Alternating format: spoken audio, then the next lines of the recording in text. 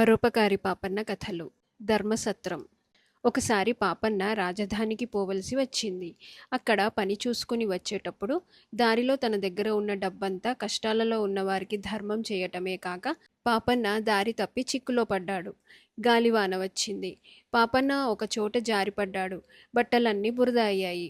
అతను ఆకలితో శోషపడుతూ ఒక అపరిచిత గ్రామం చేరి అక్కడ కనిపించిన మనిషిని, ఇక్కడ భోజన సత్రం ఏదైనా ఉన్నదా అని అడిగాడు. ఇప్పుడు లేదు గాని త్వరలోనే ఇక్కడి ప్రభువుగారు ఒక ధర్మసత్రం కట్టబోతున్నారు. భోజనం కావాలంటే ప్రభువువారి దేవుడికి పోతే అక్కడ నిత్యము అన్నదానం జరుగుతూ ఉంటుంది అన్నాడా మనిషి. పాపన్న దేవుడికి మార్గం తెలుసుకొని వెళ్ళి చేతులు కాళ్ళు కడుక్కొని పేద సాదలకు అన్నం పెట్టే చోట తాను కూడా వెళ్ళి కూర్చున్నాడు. అక్కడి వాళ్ళు చెప్పుకునే మాటల ద్వారా అతను కొన్ని విషయాలు తెలుసుకున్నాడు. అక్కడి ప్రభువుకు చాలా కాలం పిల్లలు లేకపోతే సత్రము, బావి, చెరువు లాంటివి ఏర్పాటు చేయిస్తే పిల్లలు పుడతారని ఎవరో చెప్పారు. అలాగే చేయిస్తానని ఆయన నిశ్చయించుకున్న కొద్ది కాలానికే ఆయనకు మగ పిల్లవాడు కలిగాడట. సత్రము, బావి, చెరువు ఏర్పాటు చేయటానికి 10,000 ఖర్చవుతుందని అంచనా వేశారు. అందులో 3 వంతులు ప్రభువు వేసుకునేటట్టు, 1 వంతు రైతుల నుంచి వసూలు చేసేటట్టు ఏర్పాటయ్యింది. చెరువు ఏర్పడితే రైతుల పొలాలకు నీరందుతుంది. వాళ్ళు లాభం పొందుతారు కనుక వాళ్ళు చందాలు వేసుకోవటం భావ్యమే. ప్రభువుగారు ఖర్చు చేయదలిచిన ధనాన్ని నేడో రేపో శివాలయానికి తీసుకుపోయి దేవుడికి నివేదన చేసి ఆ తర్వాత దానితో పని ప్రారంభించబోతున్నారు కూడా. ఈ సంగతులన్నీ వింటూ పాపన్న భోజనం ముగించాడు. భోజనాలు చేసిన వాళ్ళు బయటికి వెళ్ళిపోవటానికి ఒక దారి ఏర్పాటు చేశారు. అది హజారానికి పోతుంది. అక్కడ ప్రభువుగారు ఒక ఆసనం మీద కూర్చొని ఉంటాడు. అన్నదానం పొందిన వాళ్ళందరూ ఆయన దగ్గర ఆగి, అన్నదాత సుఖీభవ, తమ ఉపకారం మరువలేను, దేవుడు మీకు మేలు చేయాలి అని ఒక నౌకరిచ్చే పావల దక్షిణతో పాటు తాంబూలం పుచ్చుకొని తన పేరు చెప్పి వెళ్ళిపోవాలి. పాపన్న కూడా అలాగే చేశాడు. పాపన్న తన పేరు చెప్పుకొని పావలా దక్షిణ తాంబూలం పుచ్చుకుంటుండగా విని ప్రభువు ఉలిక్కిపడ్డట్టయి అతన్ని వెనక్కు పిలిచి వివరాలు అడిగి అతనే పరోపకారిగా ప్రసిద్ధికెక్కిన పాపన్న అని తెలుసుకున్నాడు.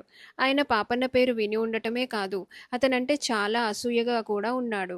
ఆ పాపన్న చాలా సామాన్యుడు. దాన ధర్మాలలో అయినా తన వంటి వాడితో ఏమాత్రమూ పోటీ చెయ్యలేడు. కానీ అతనికున్న ఖ్యాతిలో తనకు 10వ వంతు లేదు. అంత పేరు ప్రఖ్యాతులు గల పాపన్నను హీనంగా చూడటానికి, హీనుడని నలుగురికి చూపటానికి ప్రభువు మంచి ఆలోచన చేశాడు. పాపన్న తాను తిండికి మాడే స్థితి ఎలా సంభవించినది చెప్పాక ప్రభువు, చూడు పాపన్న, నువ్వు ఇతరులకు సహాయం చేసేవాడివి. అలాంటి వాడికి నేనివాళ ప్రాణం నిలబెట్టాను. నీ వంటి వాడు మాటలతో కృతజ్ఞత చెప్పటం నీకు తృప్తిగా ఉండదు, నాకు తృప్తిగా ఉండదు. అందుచేత నాకు ఏదో విధంగా ప్రత్యుపకారం చేయటం ఉచితం అన్నాడు. నా నుంచి ఎలాంటి ప్రత్యుపకారం కోరుతారో సెలవివ్వండి అన్నాడు పాపన్న. ప్రస్తుతం ధర్మసత్రం పని ఒత్తిడి చాలా హెచ్చుగా ఉన్నది. 4 రోజుల పాటు నాకు అదనపు నౌకర్లు కావాలి. నాకు నౌకరుగా ఉండమని నేను నిన్నడగను, అది భావ్యం కాదు. కానీ నీ అంతట నువ్వే నా దగ్గర 4 రోజుల పాటు నౌకరుగా ఉండి రుణం తీర్చుకుంటానన్న పక్షాన నాకు అది తగిన ప్రత్యుపకారం అవుతుంది అన్నాడు ప్రభువు. అయ్యా, నాకీ పూట అన్నం పెట్టి నా ప్రాణం కాపాడారు గనక దానికి ప్రత్యుపకారంగా నన్ను మీ సేవకుడిగా ఉపయోగించుకోండి అన్నాడు పాపన్న. ప్రభువు గొప్ప విజయం సాధించిన వాడిలాగా అందరికేసి చూశాడు. పాపన్న అన్న మాటలు అక్కడున్న వారందరూ విన్నారు. ప్రభువుకు తృప్తి అయ్యింది. సరే పాపన్న, నీ ఇష్ట ప్రకారమే కానీ నువ్వు 4 రోజుల పాటు నాకు సేవకుడిగా పనిచెయ్యి అన్నాడు. నిజానికి పాపన్న చేత చేయించుకోదగిన సేవ ఏదీ లేదు. కానీ 10 మంది ఉన్నప్పుడు ప్రభువు వాళ్లకు పాపన్నను పరిచయం చేసి అతనికేదో పని చెప్పి పంపేవాడు.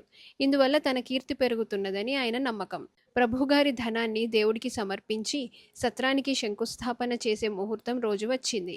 100 రూపాయలను ఒక్కొక్క పసుపు గుడ్డలో కట్టి, అలాంటి చిన్న మూటలు 5 కలిపి ఒక్కొక్క పెద్ద మూటగా కట్టి మొత్తం 15 పెద్ద మూటలు చేసి 15 మంది పట్టుకొని మిగిలిన పరివారాన్ని వెంటబెట్టుకొని ఆలయానికి బయలుదేరారు.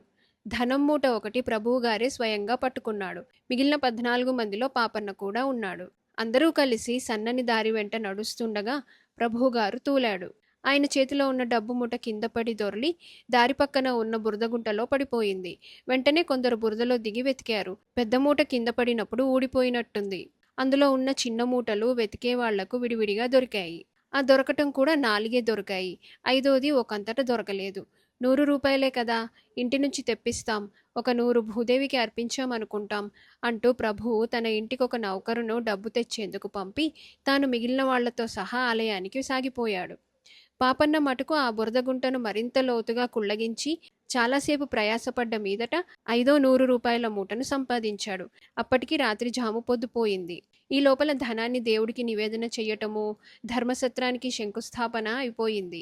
పాపన్న ప్రభువుగారింటికి వెళ్ళి స్నానం చేసి రూపాయల మూటకు పట్టిన మురికిపోయినంత వరకు కడిగి దాన్ని తీసుకుపోయి ప్రభువు ఎదుట పెట్టి, ఇదిగోనండి బురదలో పడిపోయిన 100 రూపాయల మూట అన్నాడు. ప్రభువు సందిగ్ధంలో పడ్డాడు. సత్రానికి కేటాయించిన డబ్బు ఈశ్వరార్పితమయ్యింది. ఇప్పుడు ఈ 100 అందులోది కాదు. దాన్ని పాపన్న దగ్గర తీసుకుంటే అది తన సొంతానికి తీసుకోవటమే అవుతుంది. అందుచేత ప్రభువు, దాన్ని నేను అప్పుడే వదిలేశాను, అందుచేత నువ్వే ఉంచుకో, 4 రోజులుగా సేవ చేశావు కదా, అన్నట్టు నీ గడువు పూర్తి అయ్యింది, రేపు నువ్వు వెళ్ళిపోవచ్చు అన్నాడు. పాపన్న మర్నాడు ఆ 100 రూపాయల మూటతో తన ఊరికి బయలుదేరాడు.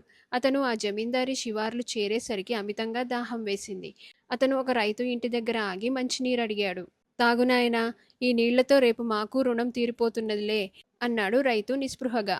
సంగతేమిటని రైతును అడిగాడు పాపన్న. ప్రభువుగారు కట్టించే ధర్మసత్రం వగైరాల కింద ఆ రైతు వంతు 100 రూపాయలు ఇచ్చుకోవలసి వచ్చిందంట. ఎంత ప్రయత్నించినా రైతు ఒక్క దమ్మిడి పోగు చేయలేకపోయాడు.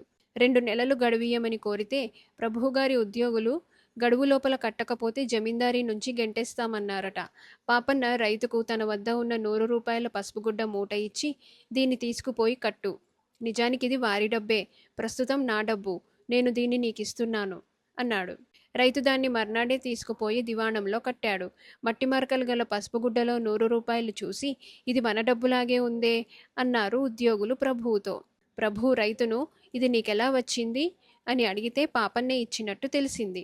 పాపన్న తన డబ్బును తనకే చేర్చినందుకు ప్రభువు ఆశ్చర్యపోవటమే కాక సిగ్గుపడిపోయాడు కూడా.